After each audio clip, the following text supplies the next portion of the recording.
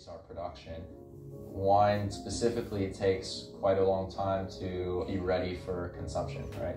We're talking about a year plus for reds and barrel. We only harvest once a year, so you have one potential. Man, Texas wine is going places. Roughly 2,000. You know, all those snobby wine twits bad-mouthing us can suck my cork. Texas has a history. Texas is ranked as the 5th largest wine-producing state. We've been at it since Spanish missionaries planted vines in the 1650s. We have 42 Vitis varieties, and 15 of them are native to the state. If it hadn't been for Texas horticulturalist Thomas Munson researching Texas native rootstocks immune to phylloxera, the French wine industry would have completely shit the bed. We have all these new innovative winemakers now kicking ass and making global level good wines. Ray Wilson, Doug Lewis, Cooper Anderson. Knowing that the real food IQ here. You know what? I'm going to go talk to Cooper. He'll show these dirty spit buckets what wine is like in Texas now. It's up to us. We're going to show everybody how it all really is in Texas. Kevin, to the Tacoma!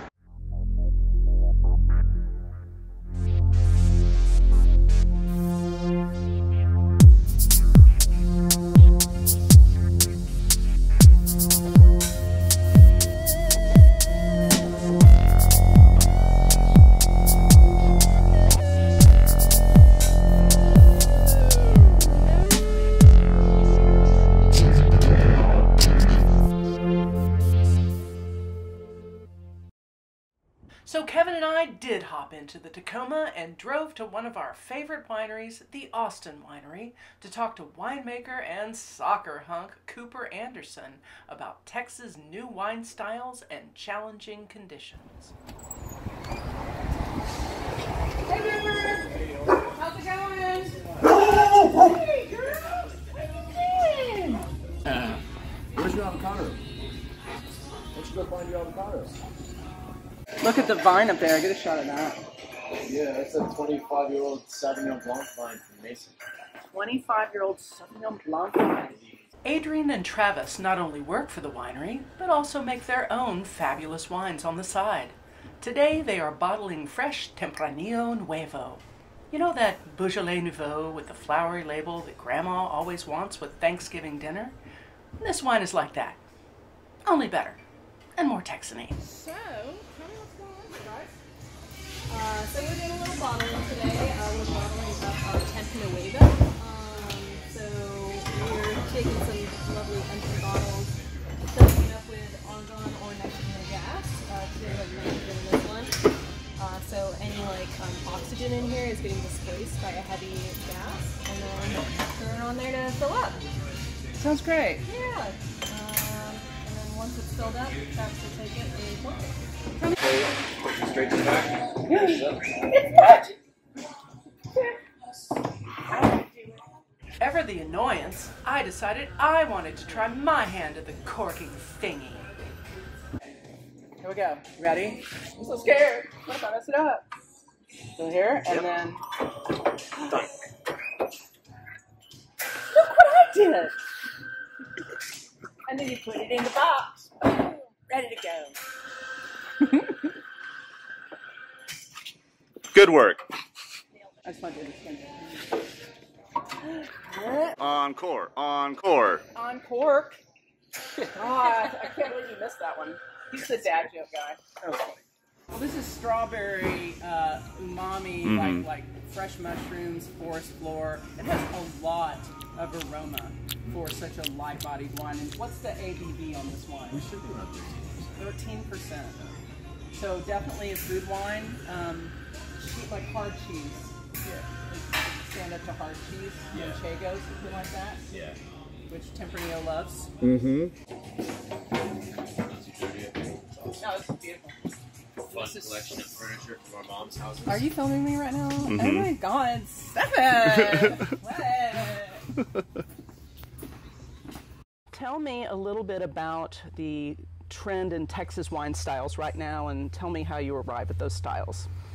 The trend in Texas wine styles right now, particularly for us and for many of the younger producers out there, is we're finding ourselves picking much earlier than was historically done.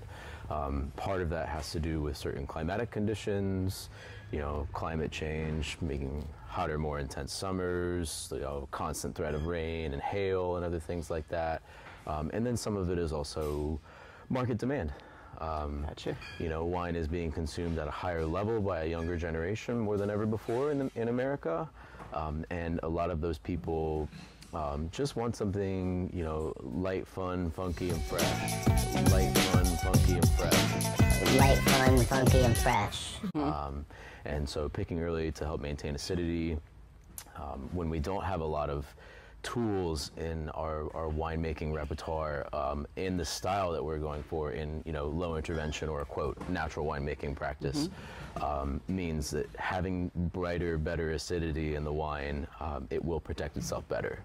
Is acidity a challenge in the heat, or? Yeah, absolutely. Within sort of the axis of growing conditions, as your sugar accumulates and your fruit ripens, your acidity decreases, right? And so, depending on where we pick it on sort of that intersection, will dictate a tremendous amount about how the wine tastes, how it looks, how its mouthfeel, its shelf life, and everything in between. The other thing, for us, in making wine in Texas, is that our vintages are so variable. Gotcha, yeah. So there are some years that would lend themselves better to those, more age-worthy styles, and some years that lend themselves better to hey, we're gonna have to pick this early and make it chuggable and fun. Right. So yeah. Talk a little bit about the challenges in the weather, the climate, the soil with Texas, and maybe a little bit about the various different areas like the Texas High Plains and then down here in this area. Our two main AVAs that comprise the majority of winemaking in Texas are the Texas High Plains and the Texas Hill Country, and these are pretty different environments. We do share both hotter, we have both, we would be considered on the extreme end of warm growing climates. The Texas High Plains, on account of their elevation, sees a slightly stronger diurnal temperature swing than we do, so their nighttime temperatures are much cooler. And then also because of their soil type, their nighttime temperatures are cooler. They're on Amarillo fine sandy loam or different sandy soils, whereas here we're on usually some sort of a combination of clay, limestone, and other kind of loam like that. And because of that, the heat retention at night is a little bit stronger, and our elevation is a little bit lower, so our air temperature is not quite as cool. So because of that, we tend to pick here in the Hill Country a few weeks often before the High Plains. So, baby girl, can you come on over here, please, and just be a good girl for a minute? Come on, and just lay it down. That's great. Yeah, that's great. Just lay it down. Lay down. Lay down. Lay down. No. We don't need to be looking right now. But I love you, though. No. Go lay down. Okay. Go. Sweetheart. We're totally leaving some of that in. Come on. Right there. No, come on. No licking. No licking. Okay? That's fine. No. She's an emotional mess. Yeah, bless her heart. The threat of hail is really a major consideration for the Texas High Plains. And not that it's not a major consideration for the Hill Country, but it's less of a threat here. Right. Gives and takes to each region. But I think both are really well suited for growing grapes. Nature just doesn't always line up. When we talk about a grapevine being an annual plant, like there are certain vulnerabilities at certain times, and so sometimes you just get a wild card during that little narrow period that you need things to be cool, and it's not cool. Things for me in learning about winemaking is the different personalities of the variety and their relationship with our climate here. Yeah. What are your sort of ending thoughts here about where Texas wine is going, where you guys are going stylistically? How well is Texas wine doing outside of the state? Yeah. And some stuff like that. Yeah. One thing that's been amazing for us in the way that COVID has changed our business and forced us to focus more on wholesale is that we've found people are incredibly receptive to trying wine from Texas. You know, I think they're outside of the state, there's an incredibly romantic notion to the environment and life here. And the kind of like old Wild West mentality, and also just sort of the rustic nature of our personality, our can-do attitude. I think all that resonates really well outside of the state. And so people in California and New York have been huge markets for us. To be to the place now where we can say like, hey, there's national and even global demand. We sell in Hong Kong. We just signed with a Canadian distributor a couple of days ago. That's exciting. And we've been approached by a distributor from Mexico and Japan. Things have been moving along really well, and the attention from outside of the state has been a real driver of that. That's exciting. So, yeah. Cool. Yeah. What's mostly pouring in the market at the moment, as far as Texas wines go, are stuff from the 17, 18, and 19 vintages, which are fantastic years, particularly like 17 was seen as perhaps like the best year in Texas viticulture history.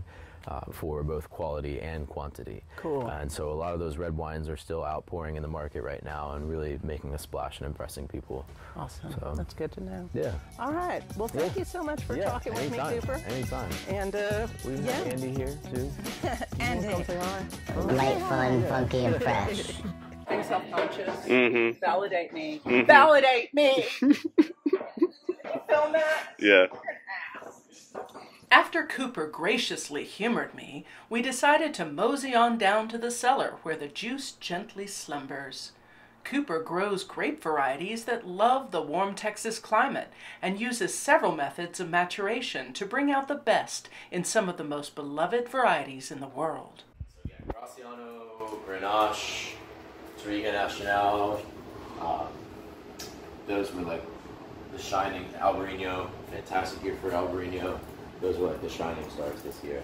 But yeah, I'm still very excited. I'm really excited about all beautiful this. this Grenache is. That's Right? And this is not rosé. yeah. That's 7 days on skins. Yeah. That's just how it is for us in Texas. So. Please don't touch him, Mark. Yeah.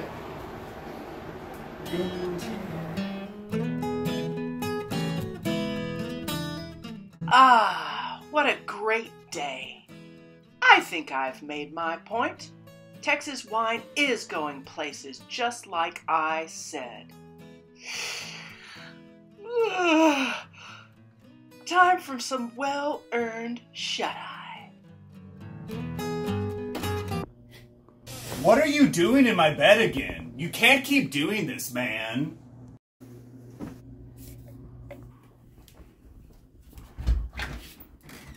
Don't forget to smash that like button. Get out! God!